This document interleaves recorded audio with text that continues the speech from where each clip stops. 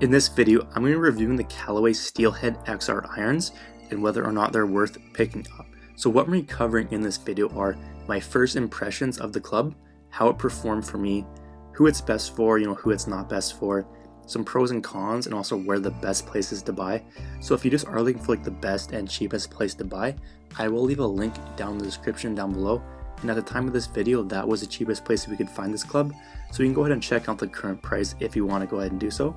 But let's start with my first impression. So these clubs have been out for a while now, and I just recently started thinking I should probably test them out and seeing how they actually perform, because I am a Callaway fan. And the first thing I really noticed were they were kind of like a mid-size width to them. So some of the new irons, they are to increase forgiveness and all that kind of stuff, they are quite a bit wider than irons of the past. And then some of them are still more towards the thinner, more like the blades, that kind of thing. So that was kind of the first thing I noticed. The second thing I noticed was that it had a longer head on it. And I haven't really always been a huge fan of clubs like this.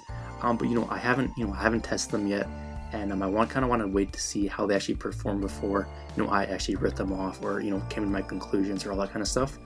But before I tested it, I was told they had a relatively smaller offset. So that's basically that was basically made so it would help with off-center hits, but it would still give the lower handicap players the ability to work the ball around. So that was kind of the thing that I was told. So those are pretty much my first impressions. But how did it actually perform? So the first thing I really noticed with these clubs is how solid they felt at impact, and it was a lot better than some of the other irons I've tested in the past. So I have tested quite a few, and a lot of them I didn't really like how they felt, or at not only at impact, but also just swinging them or holding them. But these ones felt really solid. I definitely liked how they felt and how they sound. So that was the first plus with these clubs.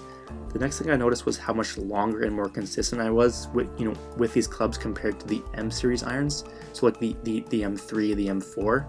I definitely found that I always haven't really been a fan of TaylorMade, and I'd used them in the past. I've had them quite a bit, but I definitely noticed that these clubs here were definitely longer and definitely more consistent. So that was definitely another plus. I've tested quite a few different irons, and I'll definitely say these were near the top in terms of distance and also forgiveness. I'm more of a mid handicap player, so these definitely were top of my list.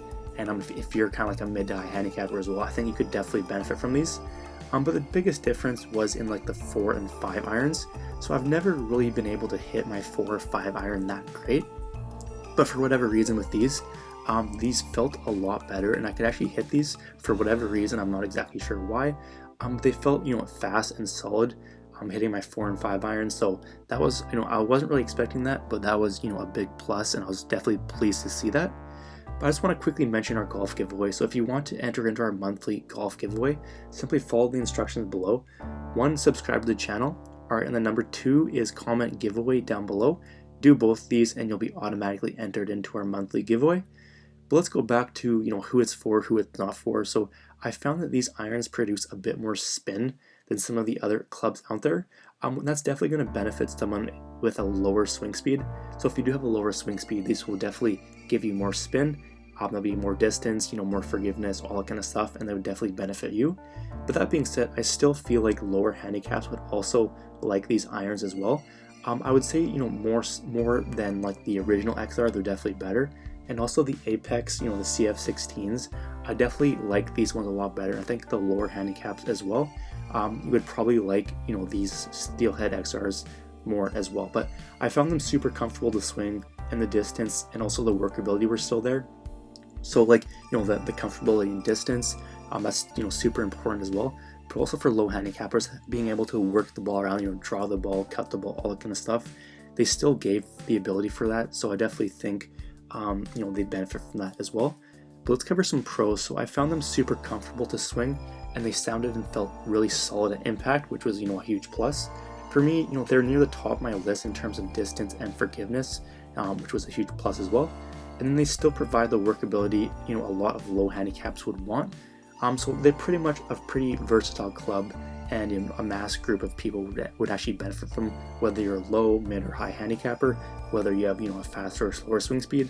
I definitely think they can still benefit you. But how about some cons? So they're middle of the range price, so they're definitely not the cheapest option out there. There are more expensive ones, and then there are cheaper ones, so they're kind of in the middle of the range. So that's just one thing to note. And other than that, we really couldn't find anything wrong with these clubs. I definitely like them. They're near the top of my list, and there really wasn't a whole lot of bad things to say about them. But let's cover the breakdown. So performance score, I'll give them a perfect 10. Distance was great, forgiveness was great. I was still able to work the ball around a little bit, and perfect performance, I'll give it a 10. Price score, I'll give it a 7. So it's kind of in the middle of the pack. There's more expensive ones out there, there's cheaper ones out there, so I'll give it a 7. Comfort and feel, I'll give it a 9. They felt pretty darn solid. Definitely near the top of the list in terms of feel, sound, all that kind of stuff. So I'll give my personal score an 8.5. If the price was a little bit cheaper, it would easily be a 9, maybe a 9.5. But definitely 8.5 is a pretty solid score. So is it worth it? Taking into account all that, I would say if you're a Callaway fan like myself, you definitely enjoy swinging these clubs.